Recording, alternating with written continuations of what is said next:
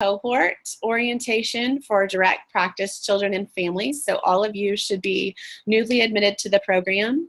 If that doesn't sound like the orientation that you thought you were a part of, then no worries. Please just send me an email and I will get you pointed to the right orientation for you. Otherwise, we're going to go ahead and proceed with today's orientation. So, are you in the right place? So you should have advanced standing. You should be interested in our online only program. This is a program where all of the classes you'll be taking are online. This will be a 12-month program, so it's pretty fast. You'll be graduating actually a year from now in August of 2019.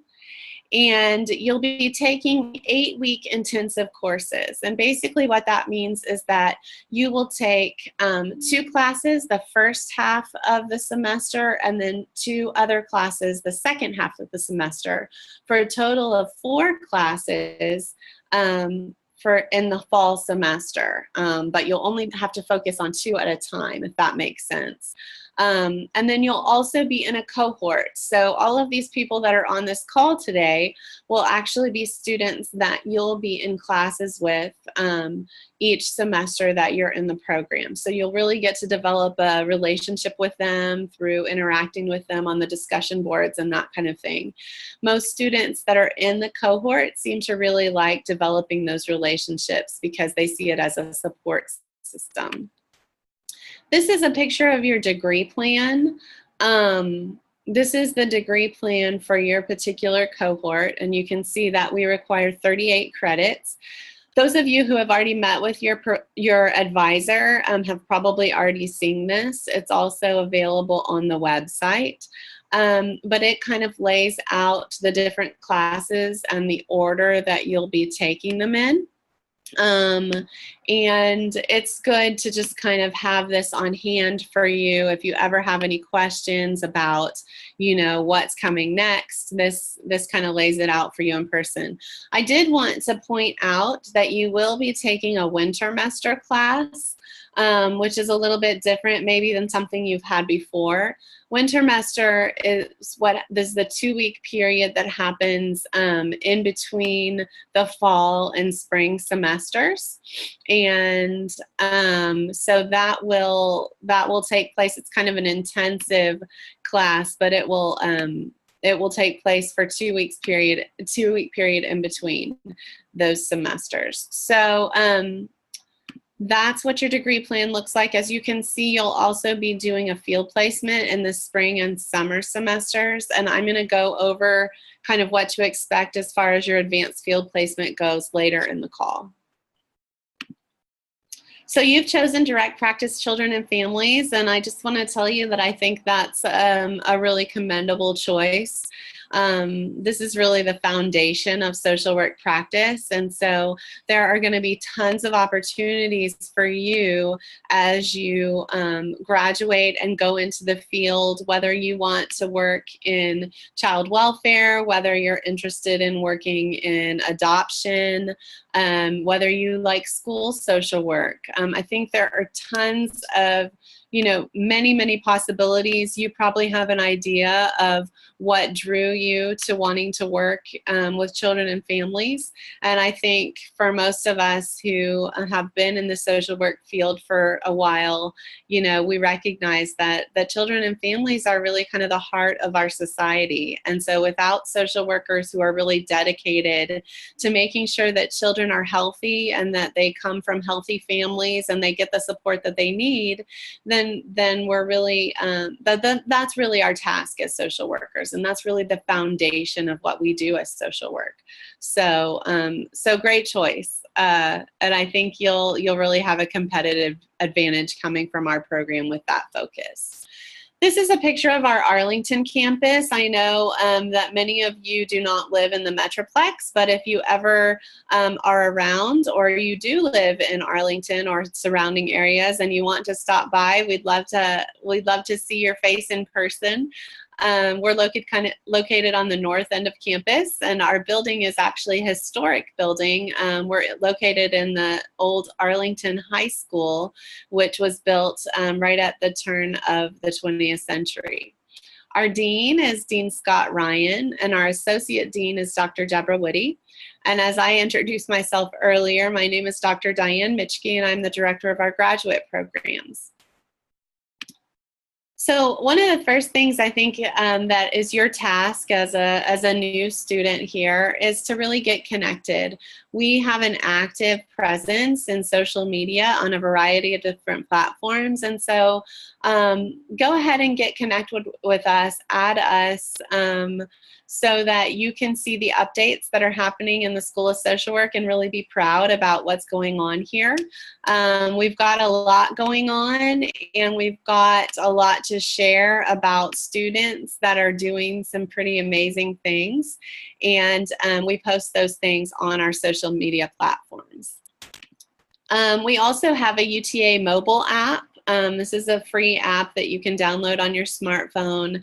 It gives you kind of information about what's going on, not only on campus, but in the news related to research that's happening, UTA in the news. It also, if you do come to campus, has a really great maps feature and lists some events and pictures and things that are happening there. So another way to really get connected. I think you've made a really good choice in choosing UTA. Obviously, I'm biased. I've been here for going on 13 years, and I'm really proud of the program that we've established. I think it's really something exciting. We've really grown a tremendous amount in the past 5 or 6 years. And the most growth we've seen has been in our online program. And so we're really excited about that. We're ranked number 22 in the nation for most affordable MSW programs, and we're a really good return on your investment. So meaning that for the amount you pay to come to school here, you will make it back actually better than any other program in the state of Texas. And we looked at the data about that and have found that we have a really good return on investment when it comes to your career choice. We also have been ranked number 1 consistently for veteran friendliness in Texas. And we were recently ranked number 3 among MSW programs, and this is specific to our online program, which you're a part of, by graduateprograms.com. So we're really excited about kind of the growth that we've seen and the way that we've been able to continue our tradition of excellence in the online arena. So welcome to graduate school. Graduate school is such an important time in your life. It's a time where you get to really kind of explore your passion, whether that passion is for research or a particular area of social work practice. Graduate school is going to give you the opportunity to dive so much deeper than you've ever been able to in your undergrad courses about a topic that you are really excited and passionate about. It's going to prepare you to move mountains and do great things. And I am here as the director to support you in that quest.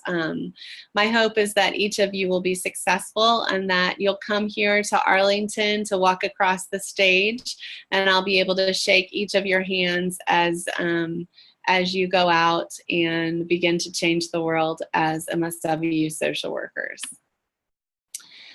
We have a number of student support services in place to assist you on this journey that you're undertaking. And Patrice Green is our coordinator of student advising and student success. And she has created a short video that describes the different services that we have in place to support you.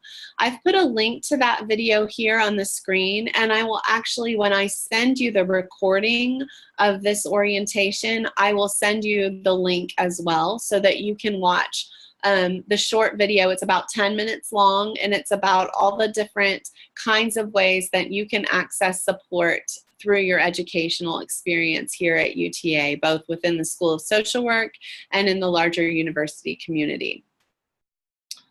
So with that said, we're going to move on. Many of you have already met with your advisor. We do have 3 MSW advisors. We're currently working on hiring a 4th. So the person you met with this fall may change. You may get shifted to a different advisor, just so that we can make sure that none of our advisors have too many students and they're able to accommodate your needs. Our 3 advisors right now are Patrice Green, Tiara Thomas, and Mauricia Davis. I know that some of you have sent me emails, and some of you have been a bit concerned because it's been difficult to get an appointment with your advisor. Some of you may not yet be enrolled in classes. Rest assured that you as a cohort student do have a reserved spot in each of your classes. So you should not worry about, there not being enough room in a particular section. I do know that our advisors are really working hard to get you hooked up into the section that you need. And if you haven't heard back from them, or if you're still waiting, please reach out again, because they are working hard to make sure that we have all of the slots we need. And if we need to open more classes, we will definitely do that. So don't fret about that. I know that can be stressful as you're just beginning the program. I wanted to just give you a heads up about how to find your textbooks for your courses. This is a screenshot actually of the UTA bookstore, and the way you get to this is simply by typing uta.edu/bookstore. And from here, from the main page of the bookstore website, you just click on books, and you will be able to access this screen, which shows you how to shop either by course or by your student ID number. Your student ID number is the number that starts with 100. So you would just enter your student ID number here and click submit, and the list of your courses you're enrolled in, as well as the required textbooks for those courses, should show up on the screen. If they don't, be patient. They probably will within the next week. And so before your classes start for the semester, you should be able to see those textbooks listed there. When you do that, you can either purchase your textbooks directly from the bookstore, or you can simply see what books you need and then go and buy them from another source. Last I checked, the UTA bookstore was doing a price match. So if you find a textbook located at another source that's cheaper than what the UTA bookstore is offering, they will actually price match that. So that's another opportunity for you, but it's totally up to you where you get your textbooks. One more screenshot series I wanted to show you. This is actually Blackboard, and I know that some of you who are coming into our program from our undergrad are familiar with Blackboard, as well as others of you who did your undergrad at universities who also use Blackboard should be very familiar with this course management tool. But for those of you who maybe aren't as familiar with Blackboard, I just wanted to give you kind of a heads up about what it looks like.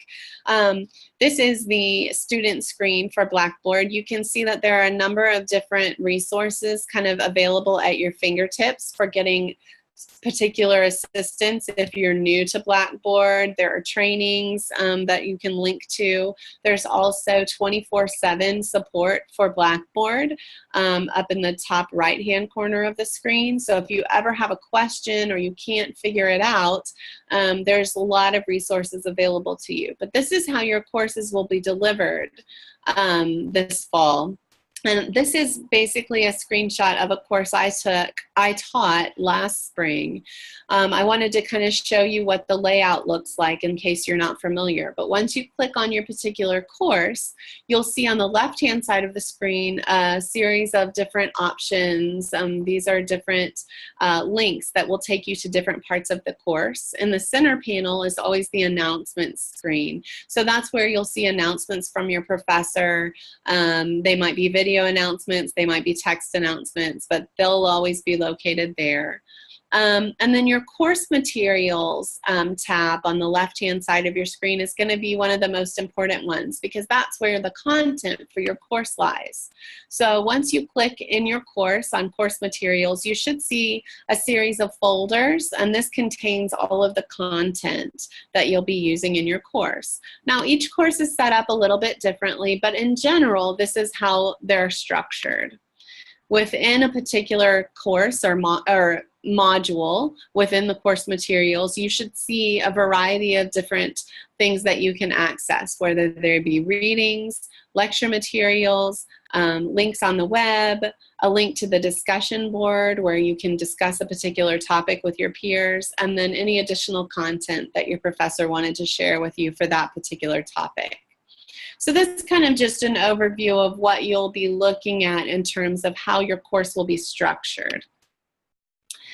It is vitally important that you begin communicating and using your UTA email address.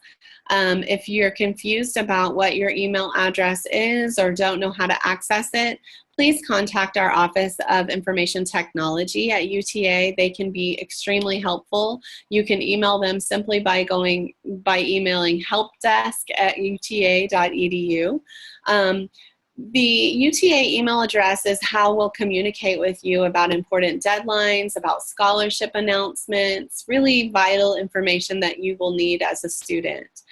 You'll also be automatically enrolled on the MSW listserv, so that any information that is pertinent to all students in the program will be sent there. And so I would strongly encourage you to go ahead and add your email to your smartphone so that you can access it really anytime. But it's going to be real important for you to be able to have access to that. We have a number of writing and library resources available to you as online students. We do have a physical library, but we also have a very robust online library as well. This is a picture of the homepage of the library. There are a number of databases that are specific to social work. You can also do research by a particular subject area. So for example, if you're studying foster care, there are subject areas specific to foster care, and you can access those by simply looking at the menu on the left-hand side of the home page. There are also a number of tutorials available through the library, particularly looking at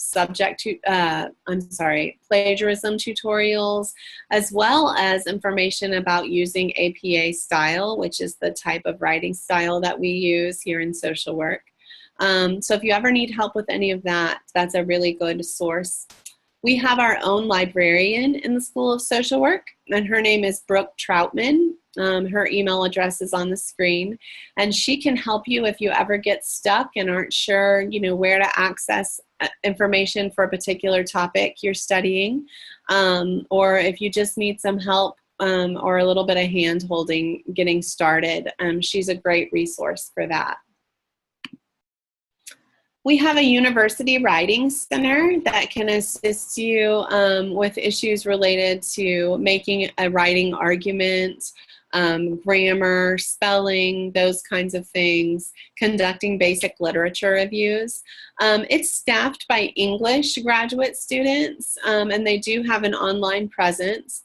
One of the limitations of the University Writing Center, though, is that because they are English graduate students, they use the MLA style of writing rather than APA, so they will not be able to help you with APA style. But because of that, we actually have our very own writing resource coordinator on staff here in the School of Social Work. His name is Dr. Chris Kilgore, and he is fantastic. He has been working with us for a number of years and is familiar with all of the writing assignments that are assigned in our various courses. He can help you really at every stage of the writing process. So if you're having, writer's block, you don't know how to get started with a particular assignment, you can meet with Dr. Kilgore more, and he can give you he can kind of brainstorm with you and kind of get you moving. He also is available to review drafts. If you are not sure if you're making, an argument that makes sense, he can review drafts and give you some feedback in that way. In addition to the one-on-one support he provides through video consultation and email, he also does presentations that are accessible via video conference, either live or recorded, about large writing projects. So for some classes that we have really large writing assignments, he will do a special presentation that is specific to that particular writing assignment, to give you kind of real personalized information about how to prepare for that writing assignment and common pitfalls to avoid. So that's really useful. A lot of students that are coming into the program have some questions about social work licensing, and so I wanted to kind of go over some of those questions in case any of you are a little bit confused or just wanted clarification. So licensing is an important part of social work practice. When you graduate from our program, you won't graduate with a license. You'll graduate with the MSW degree. Which will actually make you eligible to take a licensing exam. About 2/3 of employers require a license. The license you're eligible for immediately after you graduate is the LMSW. The LCSW is another type of license that we have available to social workers in Texas. And so I want to show you kind of what the differences are between those two. So as I said, the LMSW is available right after you graduate. You apply for it, you share your transcript, and then you get permission to take it. And then you take the exam at a local testing center in your area. So if you live in Houston, you can take the exam at a testing center in Houston. It's not part of our degree program. And if you pass it, then you're a licensed master's level social worker. Once you get that license, you can decide that that's the license you want to keep and maintain for the rest of your career. And depending on what career path you choose, that may be absolutely acceptable to you. The majority of social workers stick with that LMSW. If, on the other hand, you want to become a licensed clinical social worker, that means that you have an interest in either having your own practice or particularly specific to diagnosing and treating mental illness, then you would need to go ahead and pursue the LCSW. And the LCSW requires about 3,000 hours of supervised clinical social work experience, which comes out to about 2 years of full-time employment in a clinical setting after you get your LMSW. You would have a supervisor who would agree to supervise you and provide supervision for 4 hours each month, and you would document that. And then once you acquire all of those approved hours and your documented supervision, then you would be eligible to go ahead and apply and take the LCSW exam. So it kind of just depends on where you see yourself going. And you could graduate and get your LMSW license, and then let's say 10 years from now, you kind of shift your focus and you want to go into more of an acute mental health setting, then that's absolutely fine. Then maybe that's the time where you want to consider pursuing an LCSW. Or maybe you think that, I'm going to work in adoption and foster care for my whole career. And if that's the case, there's no reason you would need an LCSW. So it kind of just depends on where you see yourself headed for your career. So moving on, I did want to mention that we do have a number of research opportunities for those of you who are interested in pursuing additional research. Graduate school is a great time to really dive deeper into a particular topic that's interesting to you. We have a couple of different ways that you can do that. you'll obviously take an advanced level research class, but if you want to get outside the classroom and do some other things, we do have graduate research assistantships available, or we call these GRAs for short. And these are basically an opportunity for you to pair with a faculty member who has funding, and you will get a stipend for working 10 to 20 hours a week on a particular research project with a particular faculty member. So information about graduate research assistantships can be made available either, well, you'll get an email on the website from Dr. Holly Slater talking about new opportunities, but if you want to reach out to her directly, her email address is slater@uta.edu. The other opportunity that you have as a graduate student is to participate in a thesis. I'm not sure if you noticed, but we also have opportunities for students. If you in your last semester, you'll take what's called integrative seminar, which is essentially our capstone class.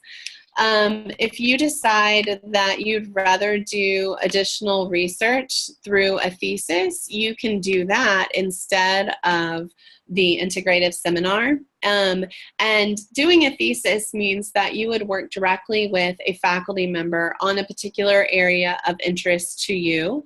And you would design and develop your own research study under their direction and follow it through to completion.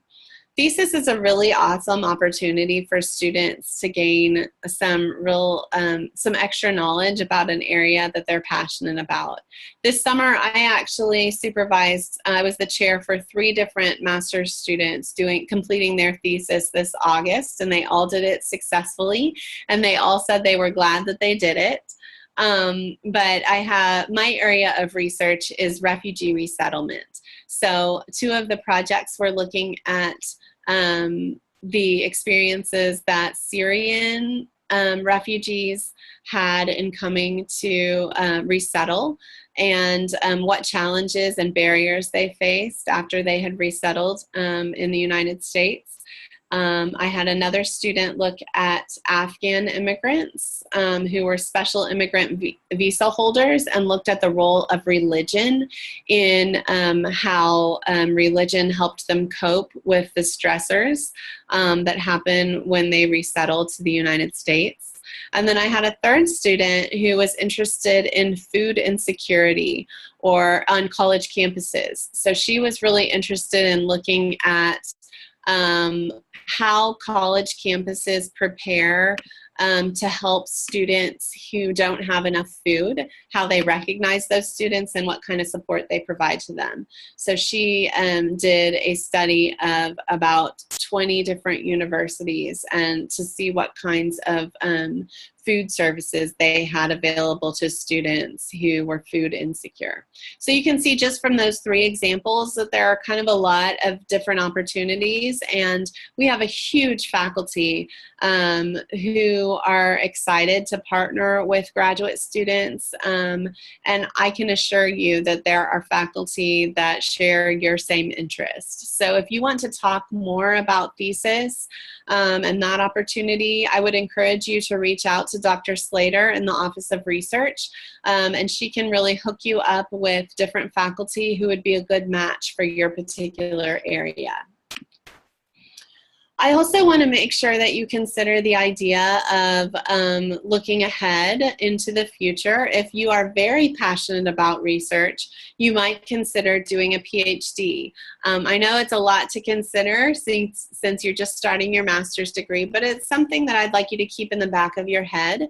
A PhD would allow you to continue to do research in a particular area and make a larger difference on a broader scale in terms of facilitating change in your area. DSW programs are also becoming more popular. We don't have one right now here at UTA, but I think we will have one within the next couple of years. And what a DSW is basically a clinical doctorate. So if you're really passionate about clinical social work and you want to get some additional skills beyond the MSW, and be called a doctor, then perhaps a DSW would be a good fit for you. Again, nothing you have to decide today or even in the next year or two, but something that I'd just like for you to kind of have in the back of your mind so that at some point in the future you can say, I remember Dr. Mitchke talking about the opportunity to participate in a PhD or a DSW program. Maybe I'll get back in touch with her and ask her what that's all about. I also want to tell you that we have a number of student organizations that you can participate in as graduate students. They're listed here on the screen. Social Work Council is basically our social work advocacy organization. So if you join one, I would recommend that one, simply because they're kind of the voice of the student body. But there are a number of other organizations that are open to all MSW and BSW students. Our health organization is just kind of getting started. If you have an interest in health, our Students for Global Change are really students that are interested in an international perspective. Some of these students are interested in going into the Peace Corps. Some of them are interested in pursuing international social work later. And others are interested in looking at international communities here at home. So again, refugees and immigrants, that sort of thing. Our gerontology organization is one of our strongest organizations. It has a really active student leadership. And so that's another one, even though your children and families, if you also have an interest in gerontology, there's no reason you couldn't join that organization and also kind of get some experience in that area. Phi Alpha Honor Society is a national social work honor society. It is available to you as graduate students. The membership is based on your GPA. If you already are a member of Phi Alpha because you had your BSW and you joined at that point, you can transfer your membership here to UTA. All you would need to do is contact one of the Phi Alpha advisors, who are actually Tiara Thomas, one of our academic advisors, and Patrice Green, our coordinator of advising and student success, and they can help you get your membership transferred. If you're not a member yet but would like to be, once your grades post in December, you would be eligible to apply for membership in the spring. And it's a really good thing to do because it's a great thing to have on your resume, and you can be a member for life. And then also you get to wear special honor cords at graduation, which is kind of nice and appealing for a lot of students. Okay, so now we're on to the field education part of our presentation. This is the last part of the presentation. I'm going to go through it, and then I will stop talking, and I will give you the opportunity to ask me questions via the chat feature. So if you'll bear with me for just a few more minutes, I'll get through the last of this and then answer any questions that you might have. So in terms of field education, we're really proud of our field education program because we feel like it gives you as students the opportunity to really kind of test the waters. You're getting to get out of the classroom and into the real world and test all of those things that you're learning and work with real clients. Lots of our students end up getting hired by the agency where they're placed. And so it's a really neat opportunity for you to kind of develop some networks and kind of launch your career in this way. Our field office is led by Dr. Dawnetta Smith. She's our Assistant Dean of Field Education. And we have 3 advisors for field, 2 of whom you will work closely with. Amy Lopez is our Advanced MSW Field Advisor, and then Ronnie Robinette is another Advanced MSW Field Advisor. Ronnie will work with you if you live outside of the DFW Metroplex. She'll help you set up your field placement, and she'll kind of walk you through the process of finding a field placement and making sure it's approved. If you live here in the DFW area, Amy will be able to help you link to some of our existing placements, and so their information is listed on the screen if you have any initial questions. There will be an email that goes out in September to the listserv, and it will encourage you, it will tell you that the window for applying for field for spring starts is open, and so at that point it will be the time for you to go ahead and submit your application so that you can start field in the spring. And remember, as I was saying earlier, you'll do your field placement in the spring and in the summer semesters. Susan Terry is our administrative assistant, and she can answer kind of any basic questions you have about the process of getting into field, any paperwork types of questions, and then here's a general inquiries email address as well. Oops. So your field placement is going to be based on developing these core competencies, and these competencies are kind of the critical pieces of social work practice. These are developed by the Council on Social Work Education, which is our national accrediting body. So one of the things that is kind of cool about this is that no matter where you get your MSW, whether you get your MSW at the University of Michigan, if you get your MSW in Maine or in Washington State, it really doesn't matter because we all abide by the same core competencies. So all of our MSW students have to demonstrate proficiency in each of these core areas. And the field experience is one of the key ways that we make sure that all of these core competencies are addressed in your advanced placement. As I already said, your MAVS email is going to be really important. I can't really emphasize that enough. You must use that to communicate with faculty and staff here at UTA, and that's how the school will communicate with you. So you're going to need to make sure you check that often, because that's where you'll get notifications about what's going on and what deadlines are happening and that sort of thing. In order to enter your field placement in the spring, you have to have a 3.0 grade point average or better. So that means that this fall, overall, you have to finish the fall semester with a B average. So if you get a C in a class, you have to pair it with an A in another class. So you'll be taking 4 classes this fall, and you need to have that B average to be able to go into field and stay with your cohort. The prerequisites for you guys as children and family students, you have advanced standing students, so you've got the advanced standing status, so you'll got that taken care of. You'll need to have advanced micro practice, which is 5311, and direct practice children and families. And so both of those you're taking this fall, and that will set you up to enter field in the spring. There's lots of different kinds of children and families placements. We have hundreds and hundreds of them.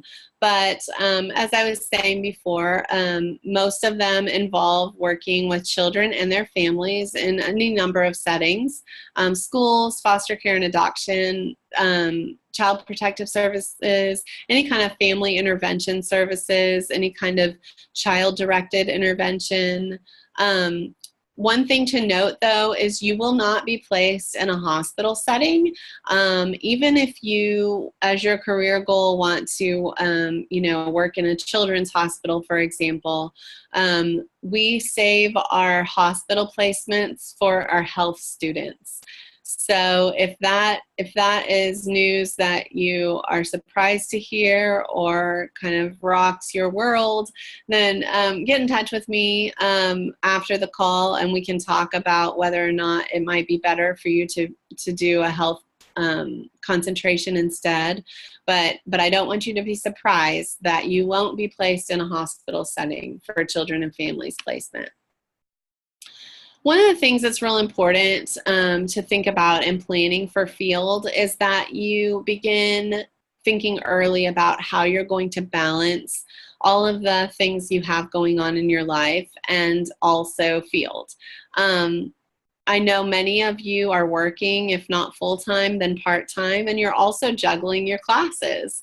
And what I need you to know is that while some of our placements do offer hours at night and on weekends, almost none allow students to work only at those times. So you're not going to get a placement where you're only working on the weekends or only at night. All of them require that you at least are at your placement during the day, during regular work hours, at least for 1 day a week. So you need to start thinking now about what that's going to look like in terms of the other commitments you have, and then start making arrangements for that, because it's going to come quickly. It's coming in the spring. So if that means you need to start saving up your vacation days at work, if that means you need to make some arrangements to do kind of flex time at your job, whatever it means, for you, it's going to be different, obviously, for each individual. But please start thinking about that now so that it doesn't come up and become a problem. There is a time management activity worksheet that's available on the field portion of the School of Social Work website. This is the address here, but you can find it also simply by going to the field portion of the website. And it kind of walks you through the different things you might need to think about in planning, so that you have enough time to do your field placement and also the other things that you have going on in your life. We want you to be successful in field. We also don't want you to feel crazy and stressed out and let other things go. So we really hope that you'll take this opportunity to do some of these planning things, to really think through it, to talk with your family, to talk with your employer about how you're going to manage this and still be able to be a happy and healthy person in the process. The way that you apply for field is simply through a process we call e-intern. You'll fill out the application, it's online, and then you'll click submit, and the field office will review it to make sure you didn't forget anything. You will also have to purchase liability insurance. This shouldn't be new to you, because since you have a BSW, you already have done a field placement in the past, and you had to probably purchase liability insurance at that point. It costs between $30 and $50, and we have links on our website to some different vendors, and it's your choice who you want to choose. You'll get a certificate of insurance that will be valid for 1 year, and you'll submit that along with your application for field.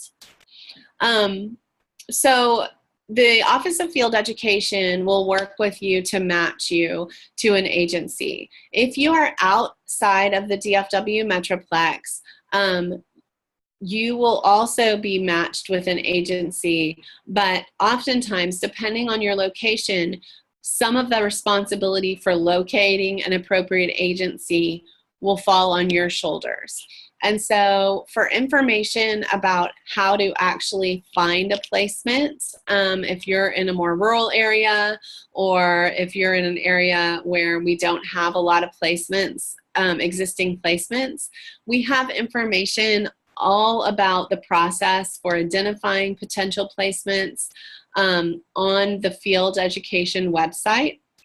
If you just click on field, there's a huge PowerPoint presentation that you can look at your leisure that talks about the different requirements of agencies and what they would need to do to be affiliated with us. It's a pretty simple process. We have all of the forms available, kind of walk you through that process. And as I said before, Ronnie, who is our designated field advisor for out-of-area placements, can help you all along that process.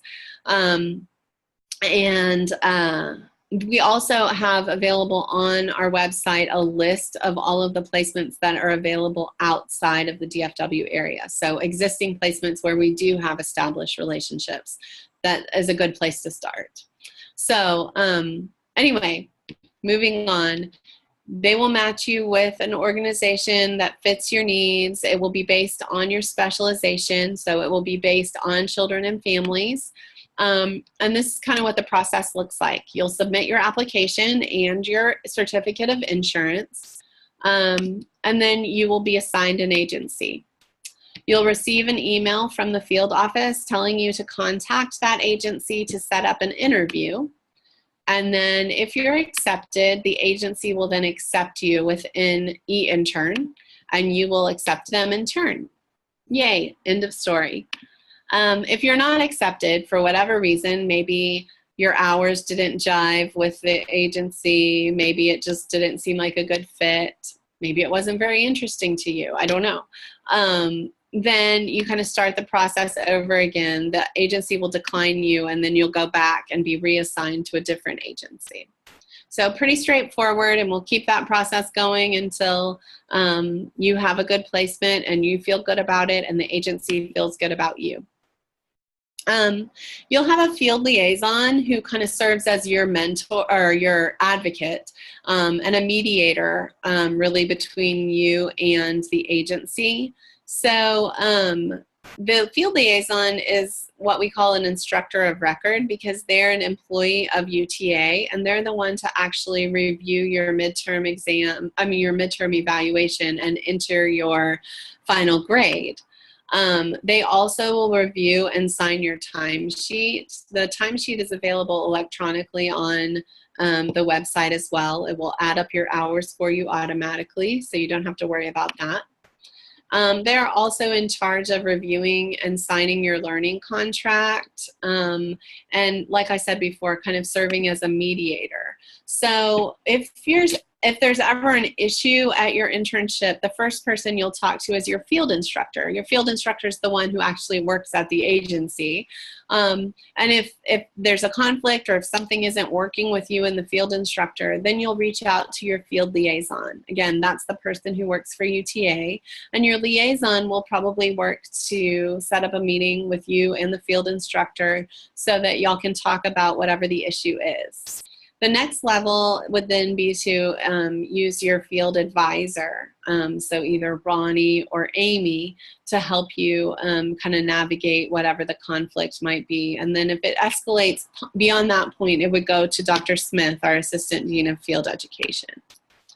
So your responsibilities are to abide by the NASW and State of Texas Codes of Ethics, to accept critical feedback, to first go to your field instructor and then go to your field liaison if you have any issues, and to do your timesheets and supervision logs on time.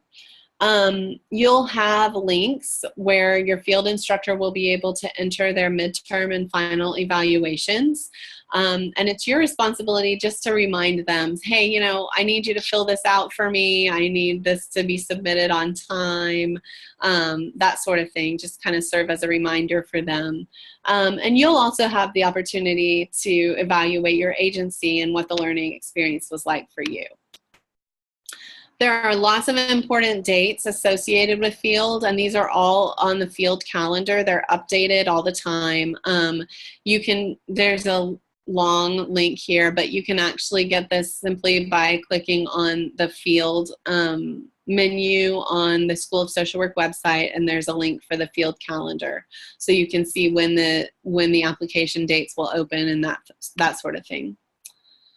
So this is my contact information. You also probably have heard from Ginger Jackson. She is the MSW program assistant, and she can kind of help you if you're not able to get in touch with me and you have a logistics question or something like that, then she would be a good person to contact as far as that goes. So I have finished pouring all of this information into your heads, and the only thing that you really haven't gotten yet are the student support services, which I mentioned are available via a a video that is presented by Patrice Green, and I'm going to have her share that. I'm going to share that with you in the email I send you when I send you this recording later this morning. So with that said, I'd like to open it up to anyone with any questions for me about what I presented today, or anything related to being a new student here in the MSW program. The way I'd like to do that is by having you use your chat feature. Simply because if I turn the audio on, there's a lot of reverb and it kind of is hard to hear. So does anyone have any questions for me using the chat feature?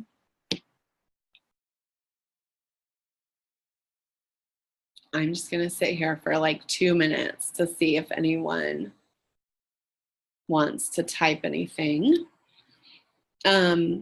I will say, okay, what will our username be for Blackboard is a question. Great. So your username is actually your net ID. So you should have received a net ID along with your admissions letter. And that net ID is what you'll use to log on to Blackboard as well as MyMav for you to access your schedule and register for classes. You do not need to register for your winter semester class yet. Your advisor will get in touch with you when it's time to register for your winter semester, and you should be good to go as far as that goes. But no, you do not need to worry about that. According to the university kind of views winter semester as part of spring. So right now you're just registering for fall. So that's not an issue. As advanced standing students, you will not begin your field placement until spring. That is correct. You will not be in field this fall. It won't start until spring. And in the spring, you will take 240 hours. And then in the summer, you'll take another 240 hours in the field for a total of 480 hours in your field placement. How long is winter break as a whole? I know the winter semester is 2 weeks, but I'm wondering if we'll have additional time off. Yes, you absolutely will. The winter break is about a month, so you will definitely have time off, though it will be shorter than other students. Most of our classes wrap up by the first week in December. And then the new classes for spring semester don't start until the second week in January. So you'll still have a good chunk of time to enjoy the break. Can field placements be completed at our place of work if it falls within our families and children specialization?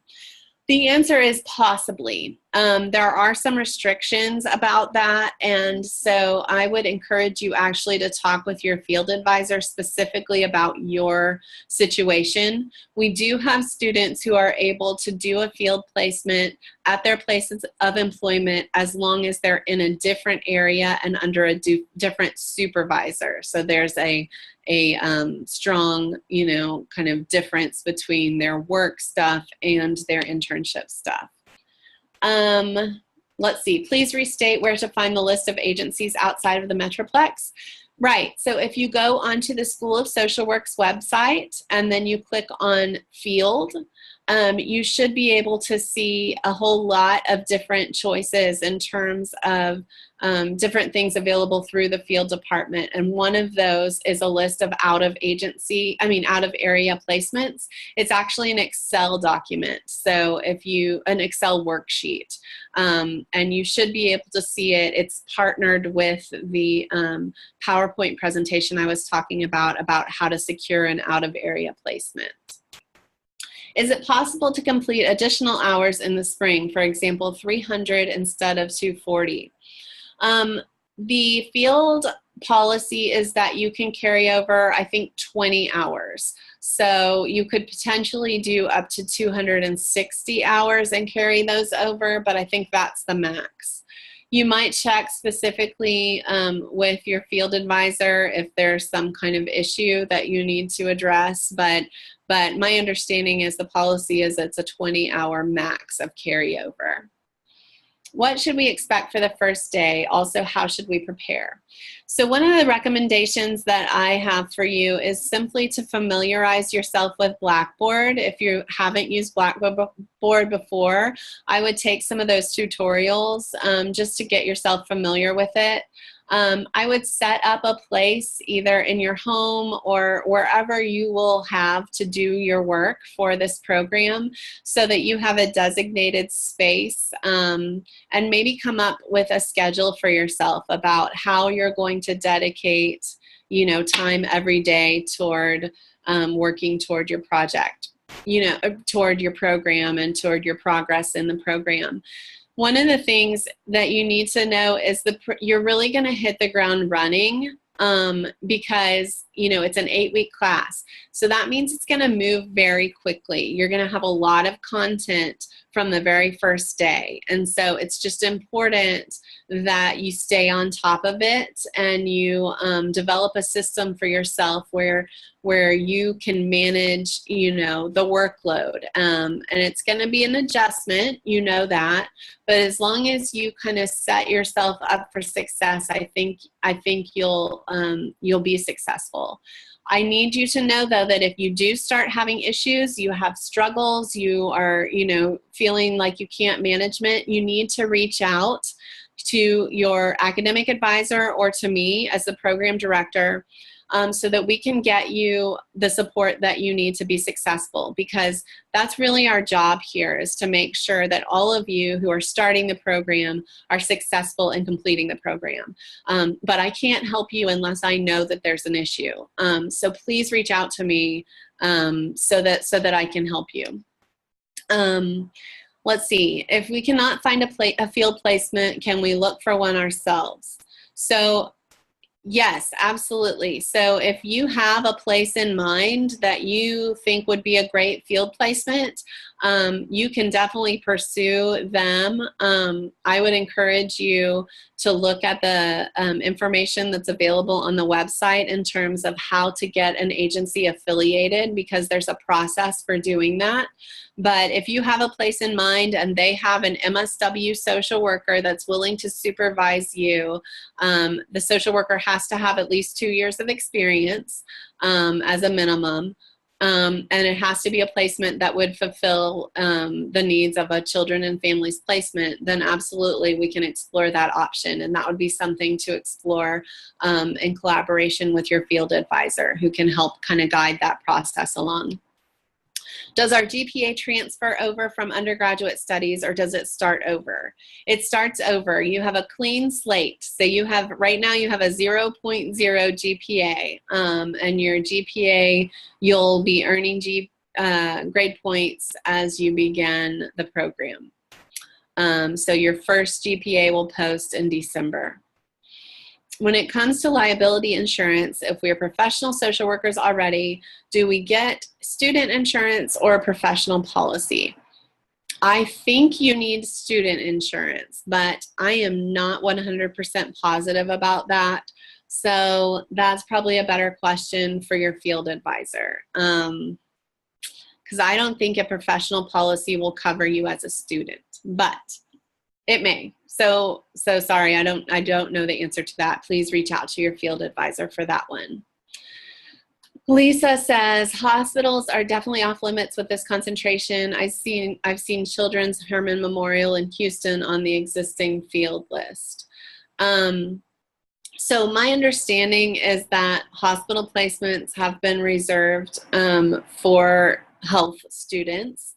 If you think that the placement at Children's Herman may be potentially applicable to a children and families placement, then I would reach out to Ronnie to find out if that's still the case and if a children and family student would be able to be placed at Children's Herman, because I did not realize that. And so that might be something to ask her specifically.